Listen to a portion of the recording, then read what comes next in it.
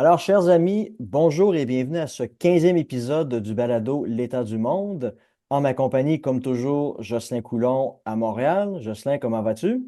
Très bien, très bien.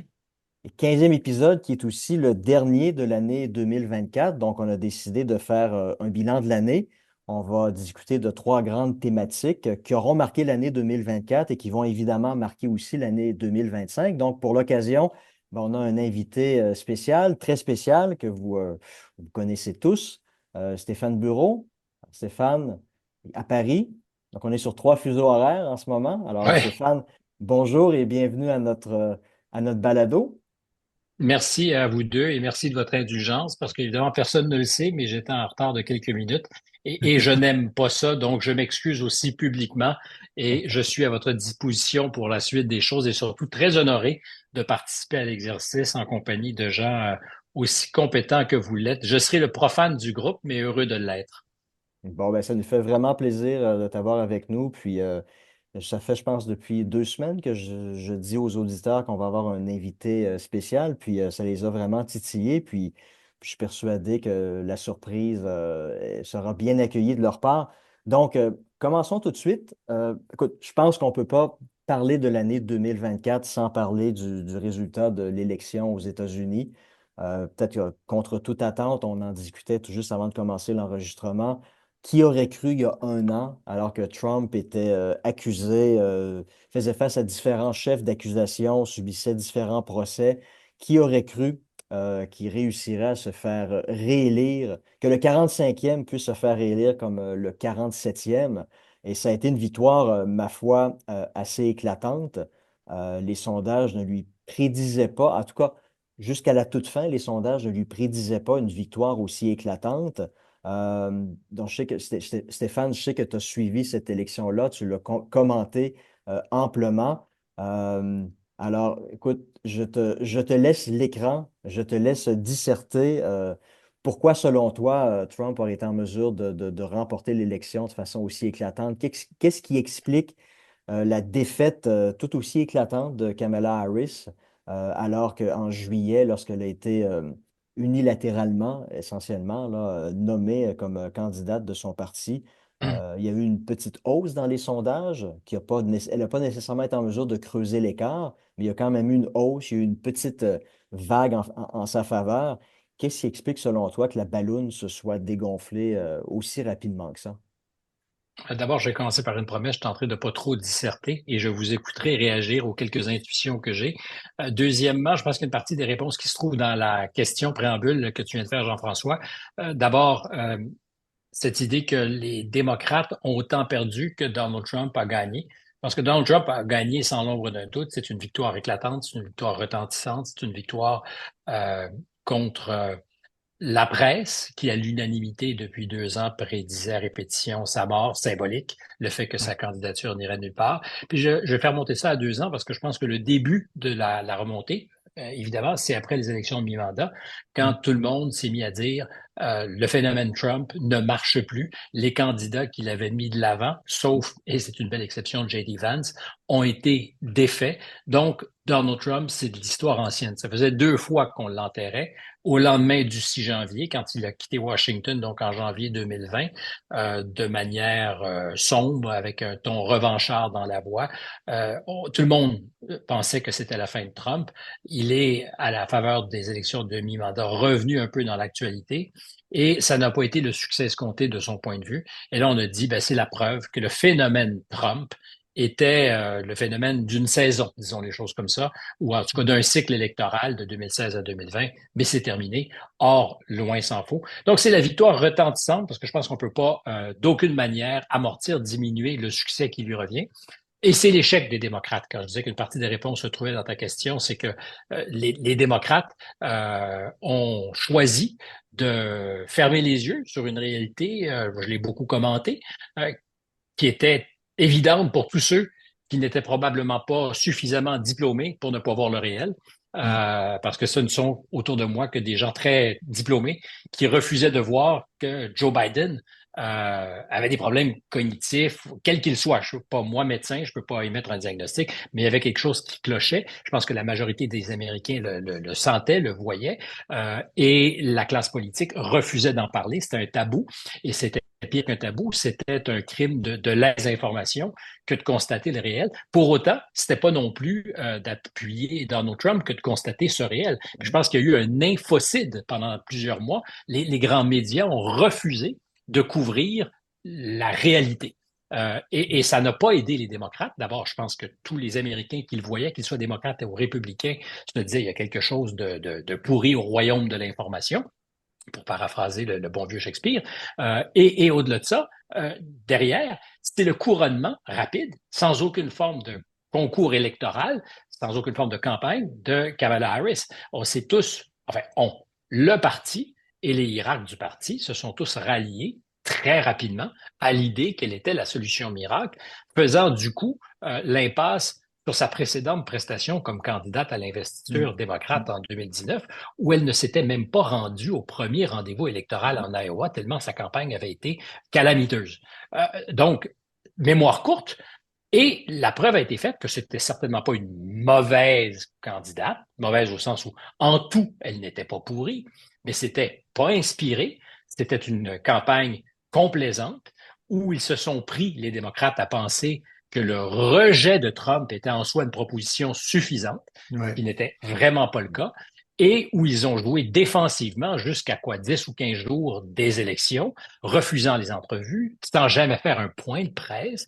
Donc, exposant, encore une fois, pour tous ceux qui sont sensibles au réel, le fait qu'il y avait une peur, qu'on ne voulait pas que celle qui aspirait à devenir présidente des États-Unis pouvait s'exposer à des questions de journalistes qui n'étaient pas préalablement filtrées. C'est une réponse au premier degré. Il y a plein d'autres Ouais. facteurs, mais je Ouais. pense que ça a beaucoup joué dans le résultat de cette élection, qui n'aurait été surprenant, le résultat, que pour tous ceux qui n'avaient pas suivi, dans le fond, Mhm. la progression des affaires de M. Trump depuis un an. Parce qu'en répétition, à chaque fois qu'une casserole s'ajoutait à sa symphonie de casseroles, c'est comme si, au contraire, plutôt que de l'alourdir, ça lui donnait du carburant.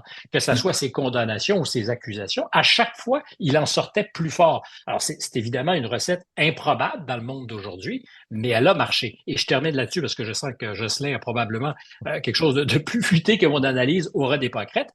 Je pense que Donald Trump a fait une campagne, je l'ai beaucoup dit, qui, avant d'être contre les démocrates, était contre la presse traditionnelle. Donald Trump Ouais. a choisi de mener une campagne contre les journaux, les journalistes et les stations, les réseaux de télévision, sachant que c'est ce qui percuterait le mieux auprès de ses électeurs.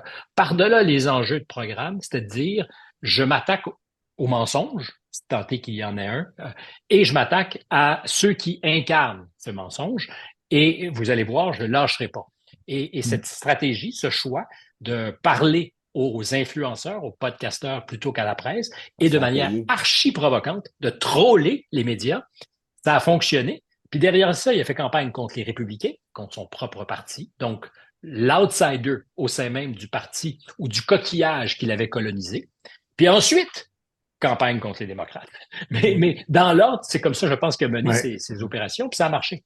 Non, je pense que c'est une bonne réflexion sur la façon dont les deux partis ont essayé de manœuvrer pendant toute cette élection. Mais en fait, on devrait même pas parler de deux partis. On parle des démocrates, oui, comme institution, et de Donald Trump comme lui-même étant l'institution du Parti républicain. C'est comme si ce parti n'existait plus finalement.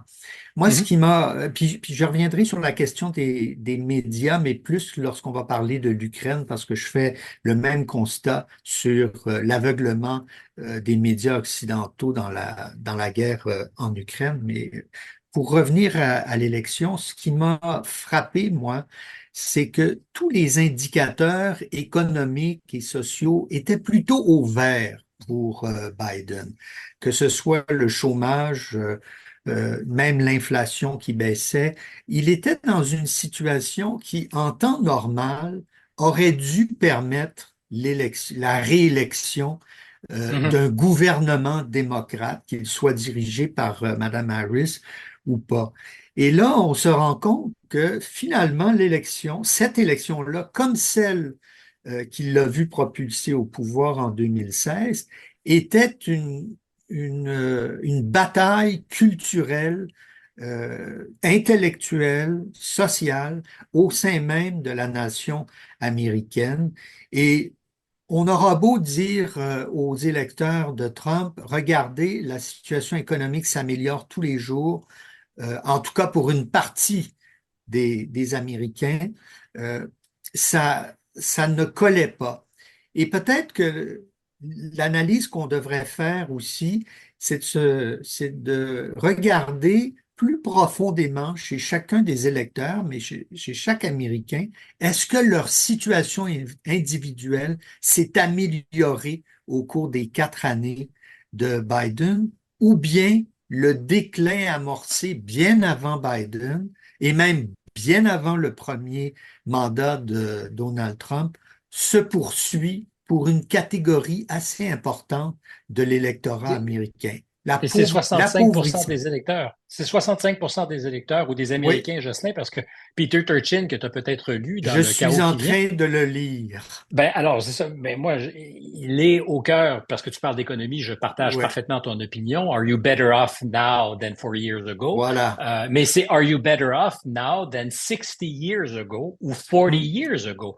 Et tout le à grand fait. virage, c'est le Democratic Leadership Council de Bill Clinton en 92, Hmm, quand il scelle, je dirais, le passé, l'histoire du Parti démocrate avec les classes populaires, décide que c'est terminé, se tourne vers la mondialisation, fait une promesse aux Américains, y compris aux ouvriers au col bleu américain, des fameux Blue States, en leur disant, les choses vont changer, mais vous perdrez pas au change. C'est-à-dire que nous hmm, allons récupérer des emplois mieux rémunérés. Enfin, je vous fais pas la salade que vous ouais. avez entendue 1000 fois.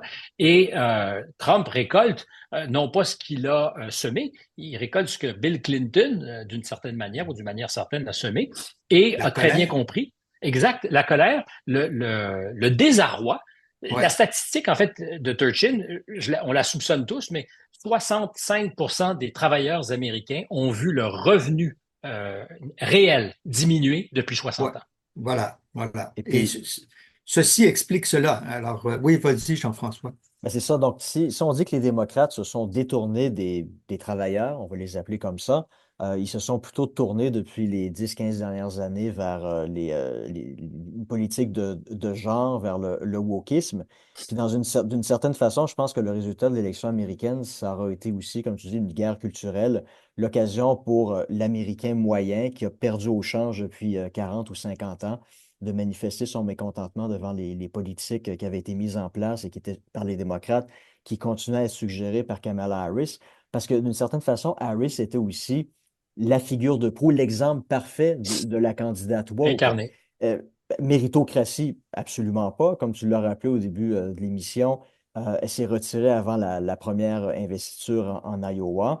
Donc, d'une certaine façon, elle n'a pas mérité son poste Le il y a vice-président. de vice-présidente, puis elle n'a pas mérité non plus la nomination de son parti. Elle a été nommée pour les raisons qu'on connaît, et puis en s'associant aussi à son colistier, Waltz, qui était aussi l'incarnation des politiques publiques woke les plus tirées par les cheveux, d'où son surnom de Tampon Tim, parce que bon, ben, pour les gens qui ne le savent pas, c'est lui qui avait décidé de mettre de mettre dans les toilettes pour hommes des, euh, Les Tampon tampons. hygiénique. des tampons hygiéniques.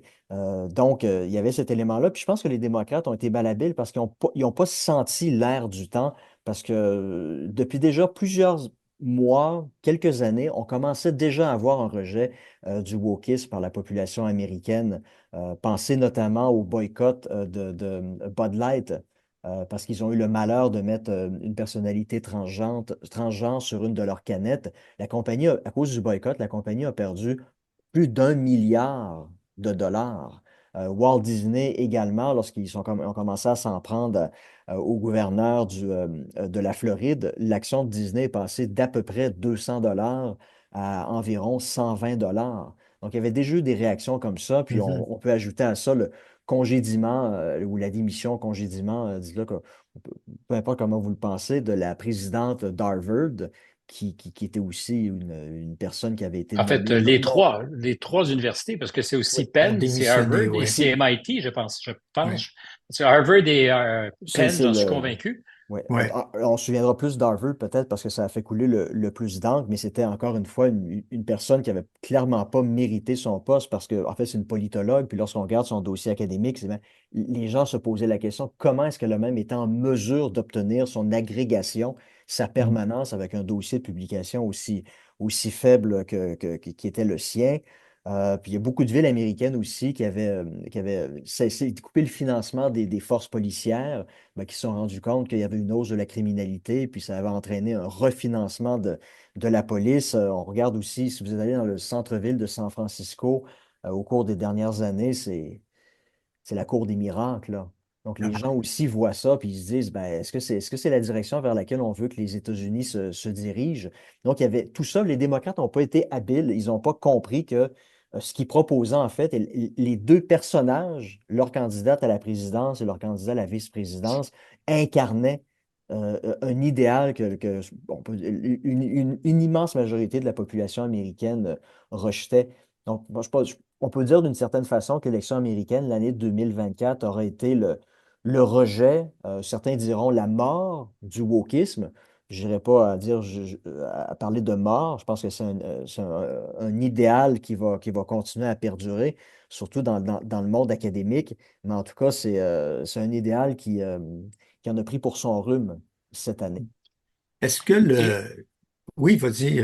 ben, j'allais juste ajouter, Peter Turchin là-dessus aussi est très intéressant parce que le wokisme, pour lui, est l'incarnation d'un des symptômes qui annoncent le chaos, c'est-à-dire une surproduction d'élite dans une société. Voilà. Toutes les sociétés malades, toutes les Ouais. sociétés, puis ils en ont, parce qu'il n'est pas seul dans ce projet d'étude, ils en ont analysé, je pense, quelques centaines sur une dizaine de Oui, milliers d'années, en oui. injectant toutes sortes d'intrants pour être capable d'avoir un modèle.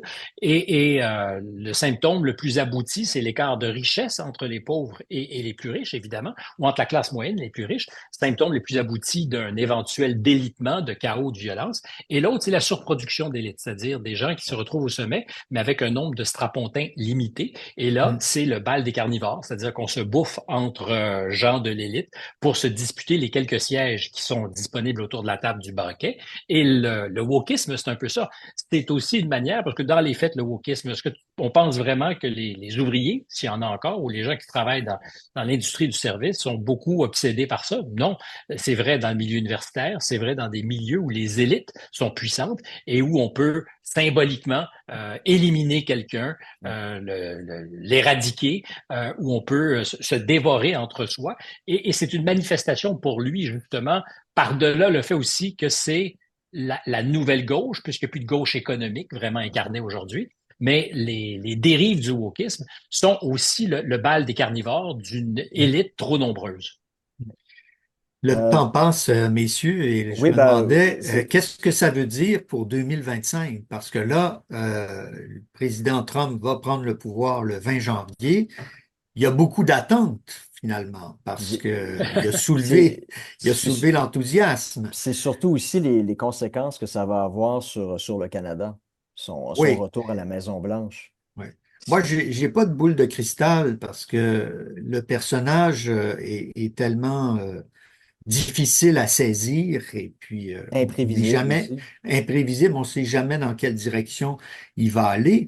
Mais compte tenu des facteurs qu'on vient de soulever, qui sont très profonds dans la société américaine, on voit mal comment un homme avec son équipe va freiner ça et va pouvoir répondre aux aspirations de son électorat. Euh, c'est un paquebot immense, les États-Unis, et je pense pas qu'on peut lui donner une direction autre très, très facilement. Ma meilleure intuition, c'est que d'abord, c'est vrai, je pense que les États-Unis, c'est beaucoup plus grand que n'importe quel individu, quelle que soit sa personnalité ou le fait qu'il soit surdimensionné comme l'est apparemment Trump, parce qu'il est hors gabarit, comme tu le disais, Jocelyn, et l'attente est énorme. Ce qui est intéressant, puis moi, je suis curieux de vous entendre, mais ça fait quelques printemps que je suis les affaires américaines. J'ai jamais vu quelqu'un promettre de vouloir casser le moule aller aussi loin dans son envie de le faire avec des gens Ouais. qui ne correspondent justement pas au moule. Alors, mon premier instinct, c'est plus on décrit ceux qui vont l'accompagner, plus je me dis, il doit être sur quelque chose qui fait sens. C'est-à-dire qu'il y a une telle unanimité pour vomir ceux qu'il nomme qu'il doit y avoir une vraie crainte à Washington. Ouais. Par-delà ce que pourrait être la crainte normale de ce qu'il n'y ait pas des gens compétents aux manettes. Ça Mm. serait normal. Ceci étant dit, je pense qu'il y a dans le lot des personnes qu'il nomme plein d'originaux, mais il y a certainement de la compétence aussi. Mm. D'ailleurs, je pense que dans le cas, par exemple, de Tulsi Gabbard, c'est pas de la compétence dont il s'agit, c'est plutôt de ses dérives idéologiques, parce qu'elle aurait eu le Ouais. malheur de rencontrer Assad à une époque, parce qu'elle aurait eu... Mhm. Alors, ce sont des crimes idéologiques, c'est pas des crimes de compétence, disons les choses Mm. comme ça. Et là aussi, je Mm. trouve ça intéressant, j'ai jamais vu dans l'histoire d'une administration publique occidentale un patron s'entourer de gens aussi disparates, différents, Mm. ce que révolutionnaire, je sais pas si c'est le mot, mais j'ai jamais vu pareil à pareil âge. Mais Ouais. il y a Alors, beaucoup à Et la aussi, question, il y a beaucoup aussi de loose cannon, de Maverick, là, qui ah oui, tout à l'entourent, fait, là. C'est... ça sera pas simple. Ouais. Il y aura ouais. pas le contrôle sur Mais ses troupes, c'est évident. Mais je pense que ces nominations-là découlent de l'immense frustration de Trump pendant son premier mandat, où il avait nommé des gens en gros de l'establishment, là, quand On on est parle de d'accord. Rex Tillerson ou de tous les autres qui l'entouraient. Mais tous ces gens-là, entre guillemets, le sabotaient au jour le jour, parce que parfois ces demandes étaient tellement absurdes qu'on lui volait ses documents sur son bureau présidentiel pour ne pas qu'il s'en rappelle. Et donc, il piquait des crises. Il y a eu, je crois, 4 conseillers à la sécurité nationale en 4 ans, 2 secrétaires d'État, en tout cas, nommez-les Mhm. s'il y avait une de ces valses à la Maison-Blanche. Et donc, ça a mené à sa défaite. Quand même, Biden a gagné par 7 millions de voix et une grande frustration. Et là, il arrive en poste et il se dit non seulement qu'il a gagné de façon étonnante et extraordinaire, mais il va nommer les gens qui vont briser des jambes Mais, et des bras Ouais, parce qu'il en a assez. mais ça veut dire mais aussi que contrairement à 2016, cette fois-ci, il est prêt. Il est prêt à Oui, gouverner. Il y a vraiment un plan. Je pense pas qu'en 2016, il était réellement prêt. Je pense que même sa propre victoire l'a prise a dû par l'étonner. surprise. Oui, oui, oui, oui, oui, il n'y a oui. aucun doute. Il n'y a aucun doute qu'il était surpris le soir de la victoire à 2 ou 3 heures du matin. Je pense que il était parmi les premiers surpris. Et vous avez raison tous les deux. Il est prêt. Alors, on pourra dire il est prêt de la mauvaise manière. Il y a des gens qui vont estimer que c'est en Ouais. tout faux ce qu'il fait. Mais pour revenir à ton interrogation sur l'attente, je pense qu'une partie de la réponse en amont, c'est le casting autour de lui. Il Ouais. a choisi de faire la démonstration qu'il ferait les choses différemment et qu'il prendrait tous les moyens pour ne pas être le prisonnier englué de l'éternelle mécanique washingtonienne incestueuse Mm. ou bonnet blanc, bonnet blanc, bonnet, c'est-à-dire que tu peux être démocrate ou républicain et servir les deux administrations, ça n'a franchement pas d'importance. D'ailleurs, on l'a Ouais. vu, les démocrates ont passé la campagne à se gargariser de ce qui avait réussi à amener les je dirais pas les pires néoconservateurs, parce que ce serait un jugement de valeur, mais j'en pose un, les pires néoconservateurs. Quand on se réjouit de ce que John Bolton Ah, et voilà. l'ancien vice-président Cheney sont partie de ton équipe, c'est que les démocrates se rappellent pas de ce qu'ils avaient comme opinion sur John Bolton Tout à et fait. sur Dick Cheney. Cheney. Ouais. Ça n'a aucun sens. Alors, l'attente grande, à ce jour, ben, c'est son équipe de pieds nickelés ou de super-héros, selon le point de vue, qui fait la démonstration, en tout cas, qui va faire les choses différemment. Et l'autre affaire, Jean-François, puis je m'excuse, je suis bavard, mais j'ai tellement, je dirais, passé de temps cette année à ausculter ça de près. Il est déjà président des États-Unis, Voilà. monsieur Ah Trump. oui. Donc, là, on n'attendra pas au 20 janvier. Les lignes ont bougé. Ça va nous amener probablement à l'Ukraine, mais ça a bougé. Oui. Ouais. Il a déjà passé des Zelensky coups de parle de fil. négociation. Il parle Ouais. de laisser des morceaux de territoire en disant, ben, éventuellement, on les recouvrera à la faveur d'une négociation diplomatique, mais Ouais. c'est une manière de dire qu'il s'est résigné. C'était inaudible il y a 3 mois, il y a 4 mois, Ouais. parce que Trump est aux manettes en ce Ouais. moment. Encore une fois, on peut dire que c'est une catastrophe pour l'Ukraine, ou au contraire, peut-être le début d'une solution qui fait que la boucherie va Ouais, arrêter. Mais dans tous les cas, il n'est pas président et les choses changent. ouais. Avant On qu'on peut passe peut-être à, en parler. ouais, Oui. avant qu'on passe à l'Ukraine, je voudrais juste dire que le problème, c'est que Trump peut aussi devenir son pire ennemi parce qu'il a tellement mis la barre haute qu'il y a un risque très grand qu'il en vienne à ne pas être en mesure de réaliser toutes ses promesses, puis à déplaire à ses partisans. Puis beaucoup de ses partisans, c'est des gens qui sont frustrés du système. Donc, si leur champion est incapable de vaincre le système, on peut aussi se poser la question de quelle façon cette frustration-là va en venir à se canaliser dans l'avenir. Parce qu'il a promis de mettre un terme à la guerre en Ukraine, il a promis de démanteler l'État fédéral en coupant je ne sais pas combien de postes. Il a promis de régler les problèmes à la frontière, les problèmes de la balance commerciale des États-Unis avec ses partenaires commerciaux. Tu sais, la barre est haute, là. Puis lorsqu'on Ouais. suit des objectifs comme ça, puis les gens ont voté pour toi parce qu'ils pensent que tu vas être en mesure de régler rapidement tous ces problèmes-là. Ça reste des problèmes extrêmement complexes. Et puis, si ça en vient à tirer, à prendre à tirer en longueur, il peut y avoir un retournement au sein de son parti qui pourrait se produire quand même assez rapidement en 2025, là. Donc, Il y a, il pourrait être aussi son pire ennemi, là, dans ce il sens-là. y a un précédent de ça dans la première administration et dans ce qui a suivi, c'est l'affaire de la vaccination. C'est-à-dire qu'il a Mhm. incarné la réponse la plus musclée, la plus forte en Occident à la COVID avec l'opération Warp Speed. S'il y a un Absolument. vaccin qui était disponible, c'est grâce aux efforts de M. Trump et de son administration avec les milliards qu'ils ont investis, la levée de la responsabilité pour les fabricants, la belle affaire. C'est devenu en même temps aussi pour ses fans, paradoxalement, le symbole du pire, c'est-à-dire que la vaccination obligatoire et tout ce qui est autour de la vaccination. Et lui a eu un peu à marcher sur la peinture auprès de ses fans dans les années qui ont suivi, en prenant ses distances par rapport à ce qu'il avait mis en place. Ouais. C'est exactement l'incarnation de je fais une chose, mais mes fans me suivent pas. Puis je dis fans parce que c'est plus que des électeurs, ce sont des fans. Euh, et c'est formidable, cette affaire-là, parce que il n'a pas pu en récolter les bénéfices auprès de ceux qui, Mm. aujourd'hui, se gargarisent de la réponse adéquate à la crise de la COVID. Les démocrates qui disent on a tout fait, c'est grâce à nous. Dans les faits, si on accepte que le vaccin a été la solution, pour ceux qui le C'est pensent, Trump. ben c'est pas mal Donald Trump. Ben oui, Mais il n'y en a jamais eu, jamais le vraiment tiré de crédit. bénéfice. Ouais. Parce qu'il a pris ses distances ensuite, parce qu'auprès de ses électeurs, le Ça vaccin est passait pas. l'incarnation du mal absolu. Alors, c'est tout à fait possible que ce que tu dis, Jean-François, se produise et qu'il se retrouve dans une situation très difficile.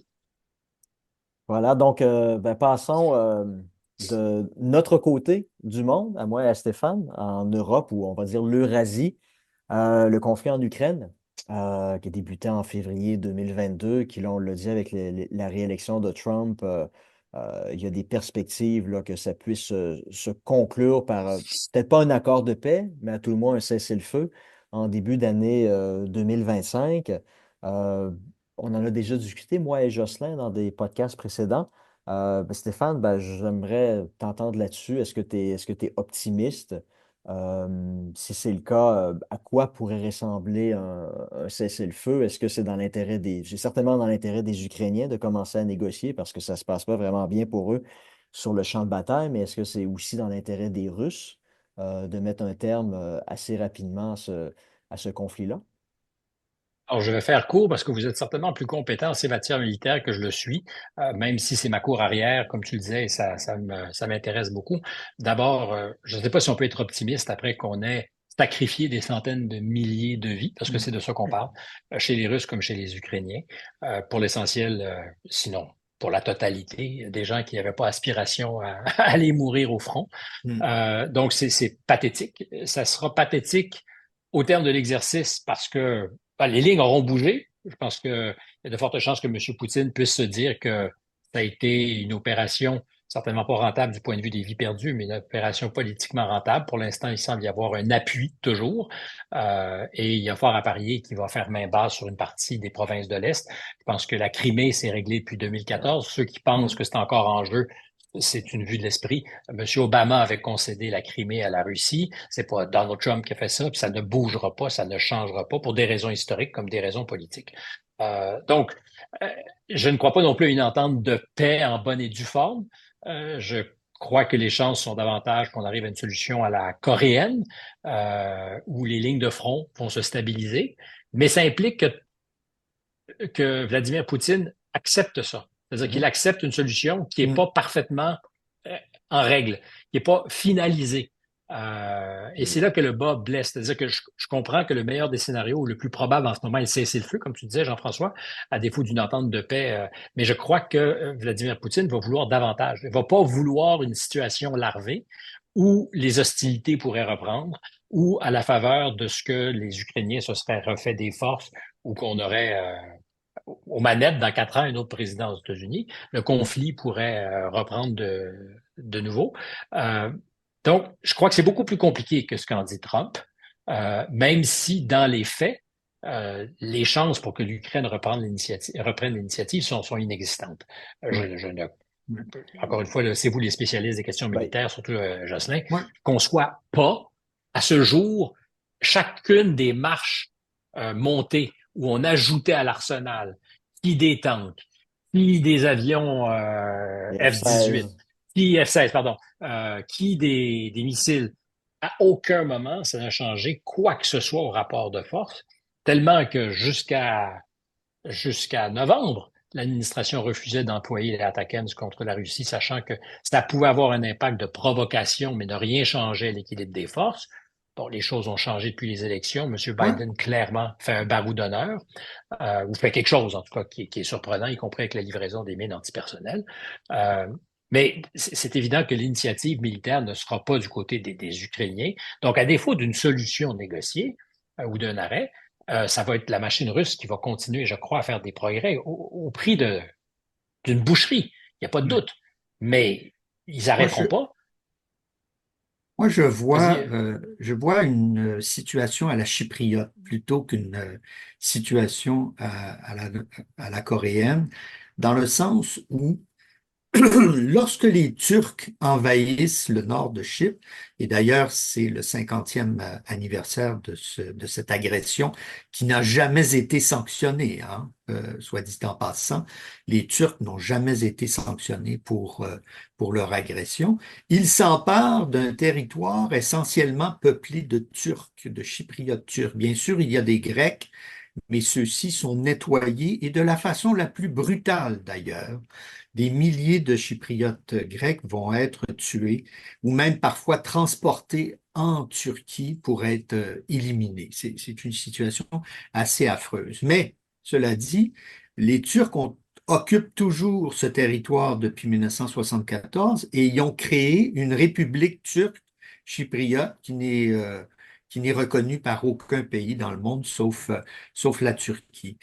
Et il serait très difficile, finalement, de réunifier les deux parties de l'île parce qu'il y a trop de méfiance entre les deux communautés, même après une cinquantaine d'années de relative paix.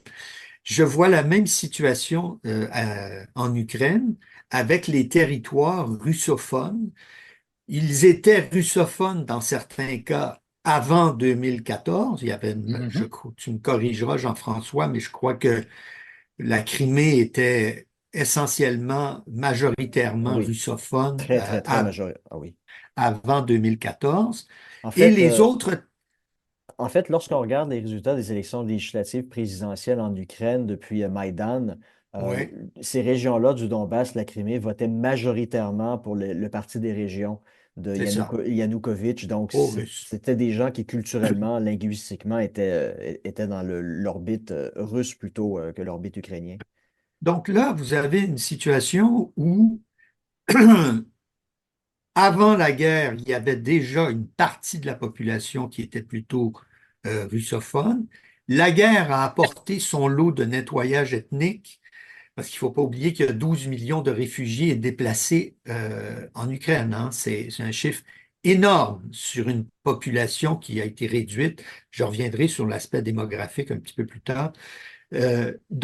Ces territoires ont été nettoyés, la Russie s'y installe, et imaginez un instant qu'il faudrait réunifier ces territoires à l'Ukraine officielle. Non. Imaginez un instant que l'armée ukrainienne rentre dans ces territoires pour imposer le gouvernement de Kiev. Ça n'a aucun sens. Et j'ai l'impression qu'en Occident, on commence à se réveiller là-dessus. On ne s'est pas réveillé encore dans les médias occidentaux qui sont très pro-Kiev. On peut comprendre qu'on soit toujours euh, pro-victime, c'est normal, mais ça fait de très mauvaises informations, à mon avis. Donc, on est dans une situation où il serait préférable que cette partie de l'Ukraine ne soit pas rattachée à l'Ukraine officielle, parce que imaginez au lendemain d'une victoire ukrainienne ce qui arriverait dans les territoires pro-russes. Il devrait Donc, y avoir des. la solution, ça va être ça. Ce sera l'acceptation de facto, mais non pas de jure, de l'annexion de ces territoires-là, Mhm. avec, comme les Chypriotes grecs, l'espoir qu'un jour, dans 20 ans, 50 ans, il y ait une réunification. Maintenant, est-ce que le départ de Poutine dans 5 ans ou un nouveau régime en Russie dans 10 ans viendrait changer les choses, un peu comme lorsque les deux Allemagnes ont réussi lorsque l'Allemagne de l'Est, pardon, s'est libérée puis s'est réunifiée. Je pense que c'est pas tout à fait la même chose parce que la configuration ethnique, religieuse, linguistique est trop forte dans l'est de l'Ukraine. C'est mes premières impressions là, Ouais. J'aime de ce beaucoup. qui se Je passe. trouve que c'est très inspirant comme scénario, que cette vision chypriote des choses. Et je serais tenté d'adhérer à cette idée d'un scénario de facto et pas de jure, parce que c'est là qu'on s'en va de toute façon. Ouais. Euh, Brillant. Pour ce qui est de la question des territoires, c'est drôle parce qu'il y a quelques semaines, j'ai acheté une carte à mes enfants pour qu'elles commencent à étudier un petit peu la géographie. Puis j'ai porté une attention sur l'est de l'Ukraine. Et puis cette partie-là du territoire, incluant la Crimée, est intégrée maintenant dans le territoire russe. Puis j'ai regardé, puis la carte est fabriquée en Russie. Donc Ah oui. dans la mentalité russe, là, c'est déjà fait, là. Ben, ils ont voté. Ils ont voté. Oui, c'est ça. Donc, pour se Ouais. rattacher. Ouais. Et Je ne dis pas que c'est légitime, mais ils Non, ont non, voté hein, mais pour les Russes. c'est comme les c'est un cartes qui fait sont accompli, c'est ça. fabriquées, les cartes qui sont fabriquées par le Maroc, qui inclut le Oui, Sahara Sahara Ben oui, occidental, occidental. occidental. Ouais. toujours un territoire contesté selon les Nations Euh, Unies. mais la France s'est ralliée à l'idée que ce n'était plus contestable. Les Américains ont donné leur feu vert là-dessus, hein. Ben, Mais là, mais encore une fois, il faut voir qu'on est ironique quand on le dit, là, parce que, Ouais. mais c'est la preuve que euh, la réelle politique existe Et et qu'il y a des que choix. et que Vas-y, l'ordre libéral international est constamment violé par les Occidentaux et par d'autres, bien sûr. ouais. évidemment, Ça, et les frontières, ça bouge. Quand je dis à mes amis français ici, vous savez, l'Alsace et la Lorraine étaient allemandes jusqu'à la fin de la Première Guerre mondiale, Tu les et c'est provoques. les armes qui avaient parlé. Ouais, Et vous avez recouvré à la faveur d'une guerre évidemment terrible ces provinces, ces territoires, mais ça bouge des frontières. Donc, ouais, c'est évident que l'Ukraine, c'est malheureusement ou heureusement, selon le point de vue, pareil. c'est ça, ouais. Mais c'est comme si de le dire était un crime moral. ouais. Or, c'est simplement, encore une fois, C'est constater le réel brutal. c'est ça, Mais c'est dans la les réalité. médias, si Puis tu parles de ça, dans les médias, si tu parles de ça, tu es presque boycotté, hein. Alors, non, Ah, t'es tu es poutinolâtre. boycotté. Tu es. ouais. Tu es boycotté, puis t'es payé en crypto-monnaie par le Kremlin, là. Non, non, non, Oui, j'ai oui, j'ai- j'en j'ai sais lu quelque ça. chose. On a lu ça sur les réseaux sociaux. Même des gens montent des dossiers sur nous pour prouver qui nous finance. Euh, Rapidement là-dessus, je dirais que oui, s'il y a un cessez-le-feu en ce moment, Vladimir Poutine n'aura pas obtenu tout ce qu'il souhaitait obtenir parce que en ce moment, il ne contrôle pas l'entièreté des régions qu'il souhaite contrôler. Donc, par exemple, la région de Zaporizhzhia, qui est loin de contrôler dans son entièreté, puis même par la force des choses, sur le champ de bataille d'ici au 20 janvier, même si l'armée russe fait énormément de gains en ce moment, je serais très surpris que l'armée russe soit en mesure de conquérir tous les territoires que Vladimir Poutine a promis de conquérir il y a quelques années. Donc, il va devoir faire un compromis là-dessus s'il doit y avoir un cessez-le-feu. Du côté ukrainien, je pense qu'il y a clairement des incitatifs à signer un cessez-le-feu parce que c'est une saignée sur le plan démographique. Vous avez une génération tout entière qui a été Mm. sacrifiée. Ça va hypothéquer l'avenir de l'Ukraine pour les 100 prochaines années. À ça, il faut ajouter aussi les réfugiés, les femmes qui se trouvent aussi réfugiées en Europe depuis déjà plusieurs années, qui ont déjà recommencé à refaire leur vie, qui ne retourneront pas dans le pays. Donc, le risque, si la guerre se poursuit, c'est qu'il y a de moins en moins d'hommes en âge de reconstruire le pays, de femmes aussi en âge de reconstruire le pays, et qu'on se retrouve finalement, le pays se retrouve finalement avec, que ce soit une population de vieillards et d'estropiés. Donc, ça serait Mm. terrible pour l'Ukraine. Donc, il y a clairement des incitatifs pour eux à négocier. Dans le cas de la Russie aussi, il ne faut pas négliger le fait que si on considère que l'armée russe aurait perdu. Donc, il n'y a pas de données officielles sur le sujet, mais on s'entend que les pertes, surtout au début de l'offensive en 2022, ont été quand même assez importantes, non seulement en termes d'hommes, mais aussi de matériel. Il y a quand même beaucoup d'analystes qui semblent indiquer, puis ça ferait sens sur la base du nombre de réclamations pour les héritages qui ont été faits Ouais. depuis 3 ans en Russie par rapport aux années précédentes. Les estimations, c'est que l'armée professionnelle russe de 2022 a été rayé de la carte. Donc, les Mm. soldats professionnels de l'armée ont été soit tués ou blessés. Donc, Vladimir Poutine va devoir recréer, reconstituer une armée professionnelle au cours des prochaines années. Puis on sait aussi que du côté de la démographie, la Russie subit un déclin démographique depuis la chute de l'Union soviétique en 91, qui s'est rétabli à un certain moment aux alentours de 2008, mais qui n'est pas encore au seuil du renouvellement Du positif renouvellement. là, de la population. Donc, il doit aussi, lui aussi, il doit arrêter la saignée. Euh, il y a aussi un risque que le contrat social dans un État autoritaire en vienne à être rompu avec la population parce que je le vis ici, puis je pense que le contrat social est quand même assez simple à comprendre. Les gens sont parfaitement conscients que les élites au pouvoir sont corrompues, s'enrichissent, mais pour que la population accepte ce fait-là, les élites doivent les laisser être en mesure d'avoir une grande marge de liberté. Donc, les gens doivent être en mesure de se payer une belle voiture, d'avoir un bel appartement, d'avoir un emploi stable, de pouvoir mettre un petit peu d'argent de côté, partir en voyage à Dubaï ou en Thaïlande une fois ou deux par année. Et ça les satisfait. Donc, c'est ça la base du contrat social dans un État autoritaire comme la Russie ou dans d'autres États de la région. Et le problème, c'est que si la guerre se poursuit, il y a un risque que ce fameux contrat social-là soit rompu, que la population russe commence à subir personnellement le poids de la guerre, que ce soit avec la hausse de l'inflation, la baisse de leur pouvoir d'achat, qu'il puisse éventuellement, un jour peut-être, y avoir conscription. Là, là, il y aurait un risque de désordre interne pour Poutine. Il n'est pas encore rendu là, mais si la guerre se poursuit, inévitablement, à un moment donné, il va se rendre là. Puis là, ça peut avoir des effets désastreux sur la stabilité de son régime. Puis là, les élites qui le soutiennent pourraient aussi se retourner contre lui. Donc, il mène un jeu d'équilibriste. C'est le propre de tous les dictateurs dans les États autoritaires comme ça. Leur rôle, c'est d'être, en fait, c'est d'être en fait, le parrain, j'ai déjà fait la comparaison, un peu le parrain du crime organisé, doit maintenir les différentes alliances de circonstances entre les différents capots, s'assurer que tout un chacun va être en mesure de continuer à s'enrichir sans piler dans les plates-bandes des autres. Donc, minimiser autant que possible les désordres internes entre les membres de l'élite, mais aussi faire en sorte que la population va rester satisfaite. Et quelle est la meilleure façon de faire en sorte que la population soit satisfaite? Leur donner le plus de liberté individuelle possible. Ça peut paraître paradoxal dans un régime autoritaire, mais c'est le cas. Là où je vis, les gens sont très, très, très libres dans leur sphère privée. La liberté politique n'existe pas, mais la liberté individuelle à l'extérieur de la sphère politique, elle existe, elle est immense. Puis c'est un truc que j'ai constaté pendant la pandémie. Là où vous aviez des restrictions, des politiques liberticides, ben nous ici, il n'y a personne qui se promenait avec des masques. Puis les lieux publics restaient ouverts comme auparavant. Ça m'a fait rire ce matin dans le journal de Québec, il y avait un article qui disait le premier Noël normal depuis 5 ans. Moi, je disais à mes amis, tu sais, moi, les 5 dernières années, les Noëls ont été Normaux.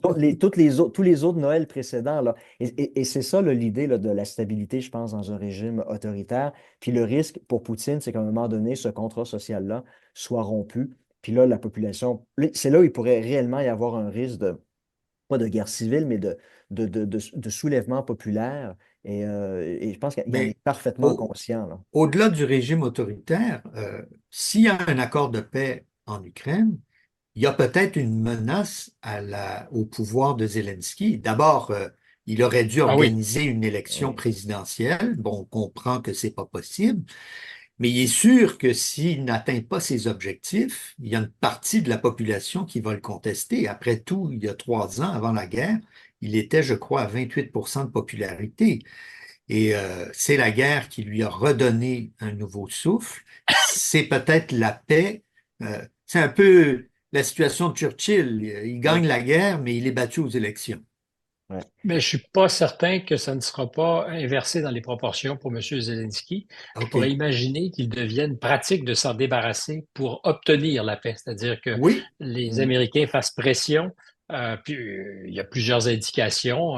Je dirais qu'on peut lire d'ailleurs dans la presse ukrainienne plusieurs indications à l'effet qu'au plus haut sommet, il y a de la tension ouais. et il y a en réserve des acteurs qui pourraient, au dernier moment, venir prendre la Ouais. place à M. Zelensky et justement favoriser une entente de paix qui politiquement est très difficile pour M. Zelensky compte tenu de ce qui s'est un peu peinturé dans le coin, ce qui était de Ouais. bonne guerre, pardonnez l'expression. Quand Ouais. tu livres le combat, tu veux pas donner l'impression que tu vas faire des compromis. Mm. Au Et moment d'arriver à la négociation, est-ce qu'il serait... Alors, c'est pas un conseil que je leur donne, je lis en ce moment chez les Ukrainiens ces scénarios. Puis je serais pas surpris que Trump se dise, justement, pour favoriser la négociation, un nouvel acteur pourrait nous aider tous. C'est très possible, c'est Oui. terriblement ingrat, mais c'est comme ça que se passe aussi des fois les choses. Mais c'est Mais surtout que Zelensky joue sa vie sur un compromis territorial. ah oui, Oui. Ça serait, on en a déjà discuté, ça serait un cas Yitzhak Rabin, accord d'Oslo. On peut ouais. facilement s'imaginer un élément nationaliste extrême en Ukraine Et il y en a. Et et il y en a énormément Il qui y en a. n'accepteraient si on pas peut une tuer partition du un territoire général russe, si on peut à tuer un Moscou. général Moscou, russe à Moscou, on ouais. peut éliminer évidemment un ancien président ukrainien. Mais Oui. j'aimerais ça revenir sur une déclaration du général Milley, l'ancien chef d'état-major des forces armées américaines, qui, dès la fin 2022, avait dit publiquement que les Ukrainiens avaient atteint le maximum de ce qu'ils pouvaient faire et qu'il était maintenant temps de passer à la phase diplomatique.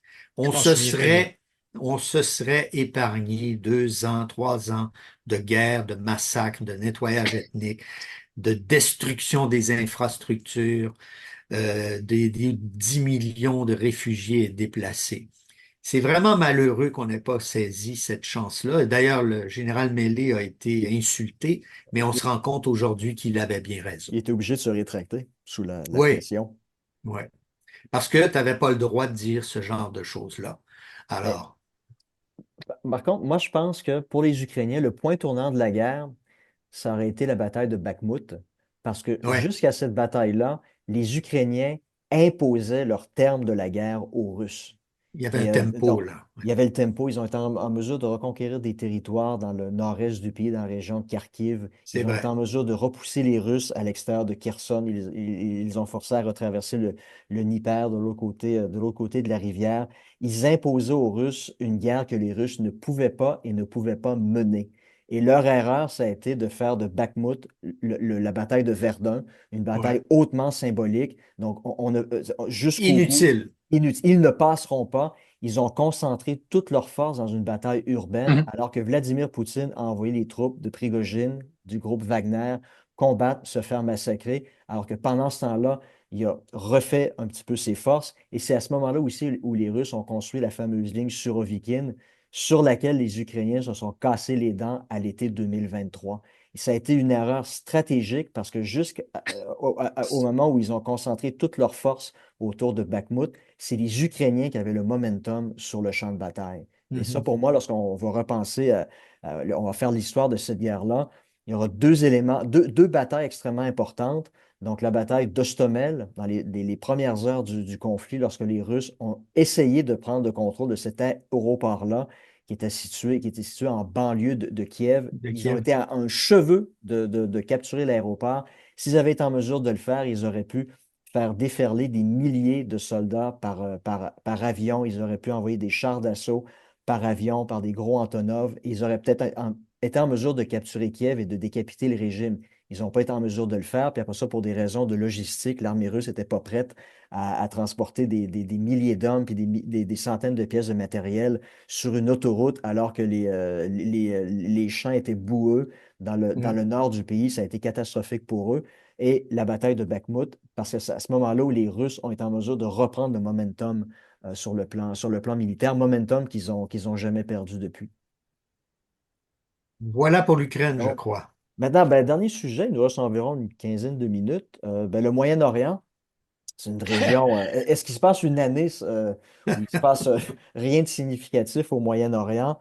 En tout cas, il s'est passé quelque chose d'assez significatif la semaine dernière avec le renversement de Bachar el-Assad en Syrie, mais quand même cette année, ce qui s'est passé, je pense que pour la première fois ouvertement, les Iraniens ont attaqué directement Israël, alors que depuis, ma foi, depuis 40 ans, ils le faisaient par acteurs interposés, par le biais du Hamas, du Hezbollah. Mais là, ça a été vraiment une déclaration de guerre officielle lorsqu'ils ont attaqué à deux reprises, la première fois par l'envoi de drones. Par la deuxième fois, ça a été un petit peu plus sérieux avec des missiles balistiques, dont certains ont été en mesure d'atteindre le territoire d'Israël. Ce qui s'est passé en Syrie, peut-être le rôle aussi en Arabie Saoudite du prince héritier qui est en train de devenir lentement mais sûrement un acteur régional de première importance, voire même un acteur international de première importance. Donc, ben, encore une fois, je lance la question ouverte à Stéphane, ce qu'il a pensé de ce qui s'est passé dans cette région-là cette année, puis ce à quoi on pourrait s'attendre en 2025. Ce à quoi on peut s'attendre. Chose certaine, personne n'aurait parié sur la chute si rapide de Bachar al-Assad, donc je ferai attention aux prévisions. Mes certitudes, c'est que le patron de l'Arabie saoudite est sans l'ombre d'un doute le Pierre le Grand de notre époque dans la région, c'est-à-dire qu'il est en train de construire quelque chose et on n'a pas fini de le voir emmener large. M. Ben Salman est lui aussi très puissant. Je dis lui aussi parce qu'on a commencé en parlant de Donald Trump. Et je pense qu'ils sont destinés à s'entendre. D'ailleurs, il faut se rappeler que le premier voyage de Donald Trump, Mm. une fois qu'il a été investi de la fonction présidentielle, n'a pas été au Canada, comme la tradition le voulait, mais en Arabie Saoudite. C'est vrai. Et je crois que, non pas qu'il y retournera pour son premier voyage officiel, mais que les liens avec Riyad seront très forts, d'autant qu'ils se sont délités à la faveur des 4 dernières années.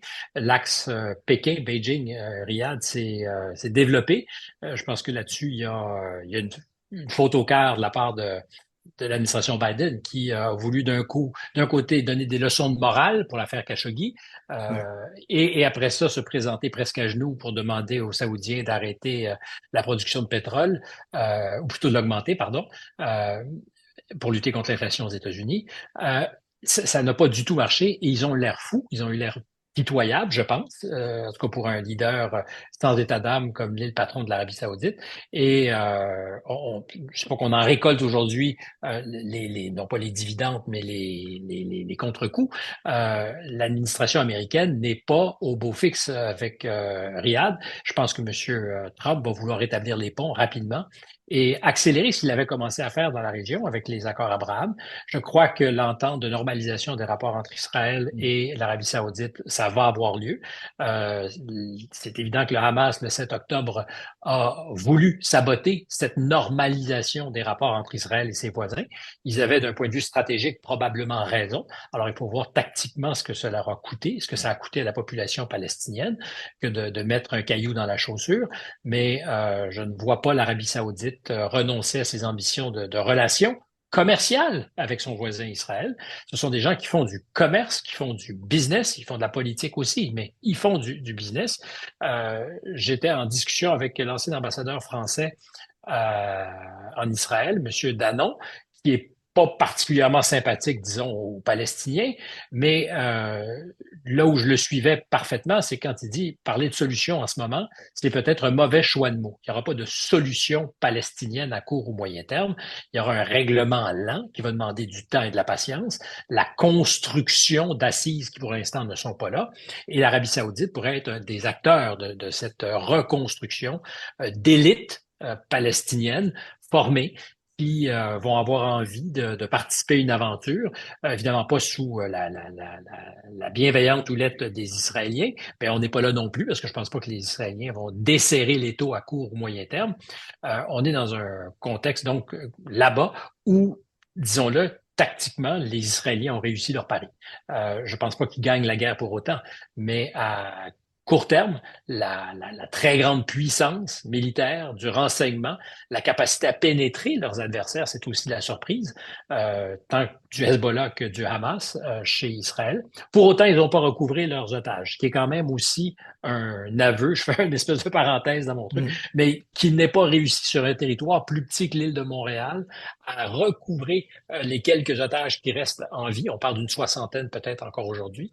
Ça dit quelque chose de la puissance et de l'impuissance Mm. d'Israël et de ce que son adversaire demeure insaisissable. Alors, excusez ma réponse touffue, mais c'est Non? la nature de la région. Il y a tellement de facteurs. Moi, ce qui m'intéresse en ce moment, parce qu'on a commencé là, c'est ce qui se passe en Syrie. Et je fais beaucoup de parallèles entre la Syrie et le Kosovo en 1999. Je OK. pense que Jocelyn connaît bien la situation là-bas ou l'a bien étudié. Quand on s'est accommodé de la résistance kosovare, sanguinaire, considérée comme organisation Loucheka, qui était considérée comme une organisation terroriste. Son Terroriste. leader, le fameux Serpent, dont la tête était mise à prix, comme la tête de M. Ouais. Jalouni, pardon, qu'il faut, au moment de trouver une solution, s'est trouvé en odeur de sainteté avec Ben oui. les Américains. Transfiguré. Transfiguré, c'est ma trouvaille de la semaine, c'est le chemin de Damas. Il y a eu une épiphanie pour Monsieur Al-Jalouni, qui aujourd'hui veut d'une série plurielle, ouverte, presque laïque, pourrait-on croire. Ouais. Alors, je n'y crois pas, je n'y crois absolument pas. Et au même titre qu'on a créé le Kosovo de toutes pièces, ce pays je dirais pas bâtard, parce que ce serait un jugement de valeur que je rendrais, mais bâtard au sens de sa reconnaissance internationale, Ouais. parce qu'il est reconnu par certains, pas par d'autres. La Très moitié des surprenant que pays. Ouais. Exact. Très surprenant que le Canada, d'ailleurs, l'ait reconnu compte tenu du précédent, cette déclaration unilatérale de Ouais. souveraineté. Ça la fout très mal s'il fallait que le Québec décide de faire une déclaration unilatérale de souveraineté et que des pays reconnaissent la situation. Mais bon, je fais l'économie de tous ces détails. Je trouve qu'il y a beaucoup de parallèles entre les deux. C'est-à-dire que nous avons des forces occidentales qui vont nous expliquer que l'ennemi du bien, ben, c'est les mouvements terroristes islamiques, l'islamisme radical, et qui pour autant vont accoucher d'un État islamique en Europe avec le Mm. Kosovo. C'est un peu ça qu'on a créé, Ouais. Ouais. parce qu'on voulait démanteler la Serbie, allié historique de la Russie. Donc, entre deux mots, on préférait castrer la Serbie, mais créer un État islamique Ouais. en Europe, qui, on l'a vu, a alimenté des filières de combattants qui sont allés en Syrie et ailleurs. Ouais. Donc, surprenant, dont le futur premier ministre était accusé par Carla Del Ponte du tribunal pénal international Tout à de fait. trafic d'organes, de trafic de drogue, qui a depuis été épinglé après avoir été premier ministre, qui, je pense, la semaine dernière, a fait face à de nouvelles accusations au tribunal pénal international. Mais un personnage, donc, qui était à sa face même en 99, on savait un truand, mais avec lequel tout le monde a accepté de pactiser. D'abord parce que c'est devenu la boîte noire, le Kosovo, de l'Occident, où on fait toutes sortes de choses qu'on voudrait pas que l'on sache que l'on fait. Oui, les La base tortures. militaire. On fait beaucoup de choses. Je pense qu'on fait Ouais. beaucoup de choses. Il y a du trafic d'armes, il y a toutes sortes de trafics. Le Kosovo, c'est comme l'espèce de gare de triage sombre, loin de notre bonne conscience, dont l'Occident s'accommode très, très bien. Alors Mm. peut-être que c'est de la diffamation, mais c'est mon impression, c'est C'est comme ça que je une, le vois. c'est une bonne métaphore, ouais. Et c'est ce avec quoi on s'est arrangé très, très bien, alors que et Luseka et le serpent, j'oublie son nom toujours, c'était son surnom, euh, Hachim étaient Taki, je crois. Hachim, oui, Ouais. donc des personnages infréquentables, mais que finalement on a fréquenté, qu'on a même accepté de porter au pouvoir. Et aujourd'hui, en Syrie, je crois qu'on assiste à un scénario très semblable. Je pense que le pays va exploser, c'est-à-dire qu'il n'y aura pas une Syrie unifiée. On s'aligne sur une Syrie morcelée. Les Israéliens ne laisseront pas le petit bout de gras qu'ils se sont mis sous la patte. Le Ni les, Golan va rester longtemps israélien, je le pense. ni les Euh, Kurdes dans le les nord-est. Kurdes Alors après ça, ça va être l'arbitrage du conflit avec les éternel Turcs. entre les alliés américains et turcs. Il faut voir que ce sont des membres en bonne et due forme de l'OTAN, des Mhm, alliés, mais qui vont se faire la guerre et qui se bombardent mhm. directement et indirectement. Il y a 600 soldats, 700, on ne sait pas trop, américains au Kurdistan. Monsieur Trump espérait les avoir sortis.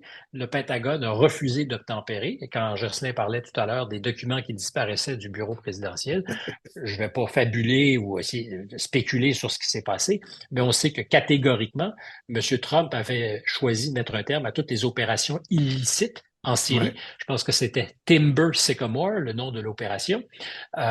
Et le Pentagone, ou enfin ceux qui sont aux commandes, ont dit bien, mais on On le a un fera plan pas. alternatif. Exactement. Donc, il y a toujours des soldats américains sur place qui livrer la guerre à la Turquie, disons-le indirectement.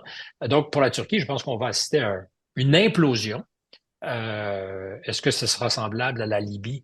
On peut souhaiter que non, parce que je pense que ça, c'est la plus grande des faillites récentes en matière d'intervention et de désintégration, d'implosion d'un pays. Euh, mais à moyen terme, je ne pense pas que c'est le Club Med pour les Syriens. Cette Ben, idée que Al-Jalouni soit le réformé sympathique, beaucoup ouais. Il y difficulté à y aura croire. pas, il y aura pas de nouvelle démocratie en Syrie en 2025? Non.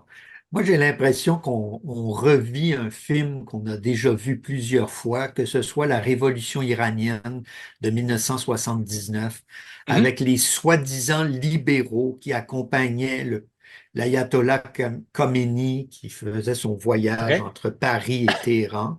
Vous aviez Abolhassan Hassan Banissad, le premier président iranien, très libéral.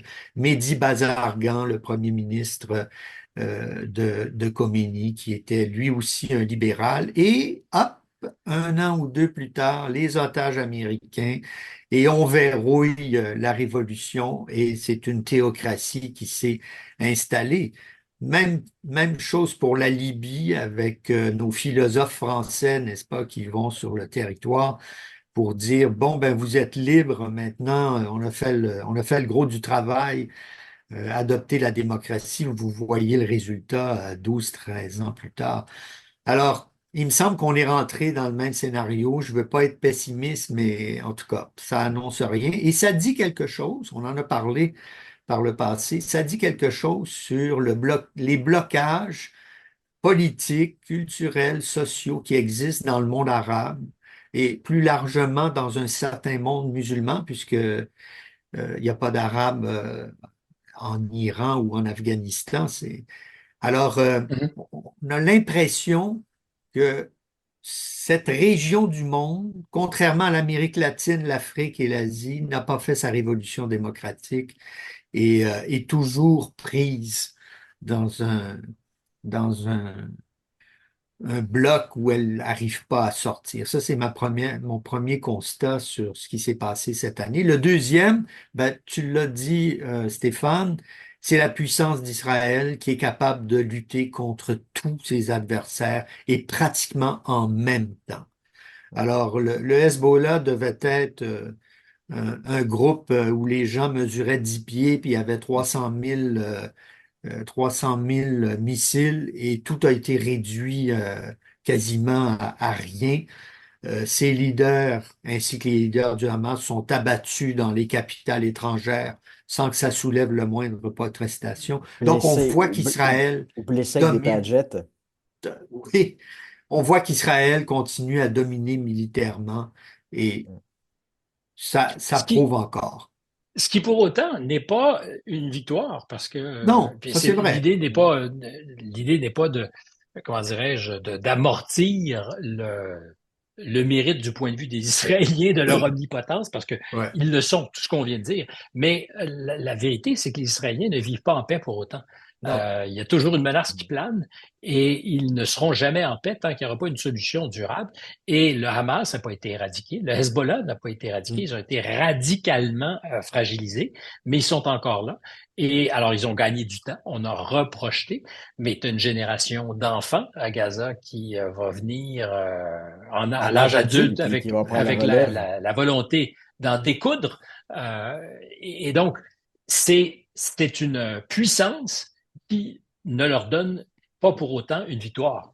Ouais. Mais en même temps, le principal allié du Hezbollah et du Hamas a quand même été fortement affaibli cette année, là. L'Iran, quand L'Iran. même, a montré ses faiblesses. En perdant la Syrie aussi, perd son corridor terrestre pour pouvoir approvisionner en armes et en Mais munitions, en Jean-François, hommes. affaibli ou révélé dans sa faiblesse? Parce que moi, je pense qu'il a été révélé dans sa faiblesse. Il a toujours été. Oui, c'est vrai. Mais là, peut-être que est-ce que ça va forcer les gens du Hezbollah, du Hamas à repenser leur stratégie? Comme la faiblesse de l'Iran a été révélée cette année, peut-être qu'ils vont se dire, bon, on pensait que c'était un géant qui pouvait nous appuyer dans nos démarches, mais finalement, on se rend compte que c'est un peu un colosse au pied d'argile, donc on va être obligé de revoir notre stratégie. Et, ça peut avoir des conséquences c'est sûr, ça va avoir des conséquences en 2025 dans l'avenir. Ils ne vont pas abandonner l'option du terrorisme, mais leur stratégie va évoluer. Peut-être qu'on va revenir à des stratégies comme celles qu'on a vues dans les années 90, des attentats plus ciblés dans des cafés en Israël et pas nécessairement des attaques comme celle du 7 octobre 2023. Bon, l'avenir va nous le dire, mais il n'en reste pas moins que ce qui s'est passé avec l'Iran cette année. En fait, ça a montré, oui, un affaiblissement de l'Iran, mais il ne faut pas négliger non plus le fait que certains missiles balistiques iraniens ont quand même atteint le territoire israélien il y a quelques semaines. Donc l'Iran a quand même fait la preuve qu'ils avaient la capacité de frapper Israël. Puis si effectivement leur programme nucléaire en vient à aboutir, ben, ça reste quand même assez effrayant de savoir que cette puissance-là, qui n'a pas hésité à attaquer Israël, a peut-être déjà à l'heure où on se parle, ou aura en 2025 accès à un arsenal nucléaire, certes limité, mais tout de même un arsenal nucléaire avec des missiles balistiques qui ont fait la preuve qu'il est en mesure de toucher le territoire israélien. Mais c'est évident qu'il y a eu deux attaques contre Israël. La première était une attaque théâtralisée en avril Oui. dernier, Mm. quand les Israéliens, je pense, pas les Israéliens, les Iraniens, j'ai l'impression presque de concert avec les Américains, Ouais. ont organisé Oui. cette opération pour dire à la face du monde, on répond à l'attentat contre notre général en Syrie. C'était Ouais. l'attaque Mm. contre l'ambassade iranienne à Damas, qui est un acte de guerre, disons-le. Ouais. Et là, les Iraniens ont choisi de façon très théâtrale de répondre avec ces 500 drones qui avançaient à Oui. 3 km à l'heure. Ouais. Oui, c'était Et qui ont tous Dépêchez-vous été abattus. lentement. Exact, exact, exact. Ils se dépêchaient lentement.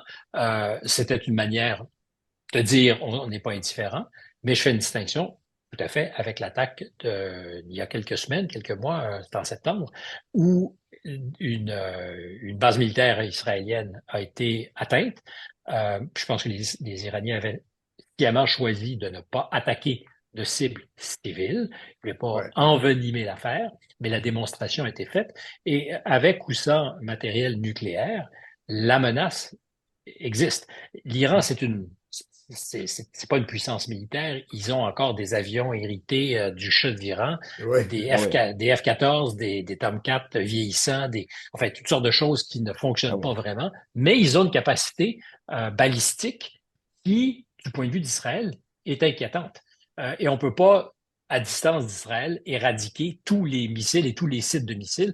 Le territoire iranien étant ce qu'il est, montagneux, vaste, ils peuvent mettre à l'abri des Israéliens de leurs meilleurs espions Mm. des dizaines de sites de batterie de missiles qui pourraient faire de très sérieux dommages. Et le pacte, parce qu'on a pas commencé, mais tout à l'heure, tu parlais du pacte des dictateurs avec leur population. C'est C'est vrai pour les Chinois avec le pouvoir central. Tant et aussi longtemps qu'on crée de la richesse, on accepte les contraintes. Je pense que le pacte des Israéliens avec le pouvoir, et particulièrement que Netanyahou, c'est Les tant et Iraniens. aussi longtemps oui, que vous nous protégez. C'est-à-dire que la sécurité est Ouais. assurée.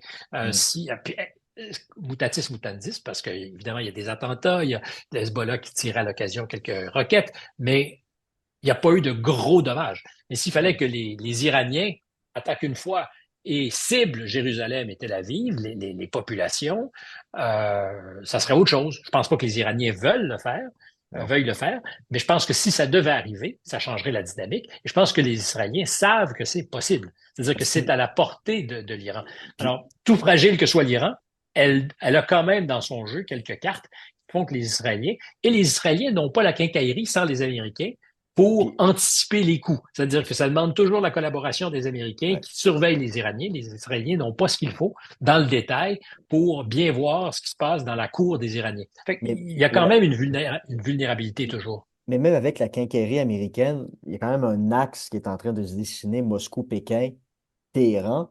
La Russie a quand même fait la démonstration avec son missile hypersonique, que c'est un missile qui était à toute fin utile, impossible à intercepter.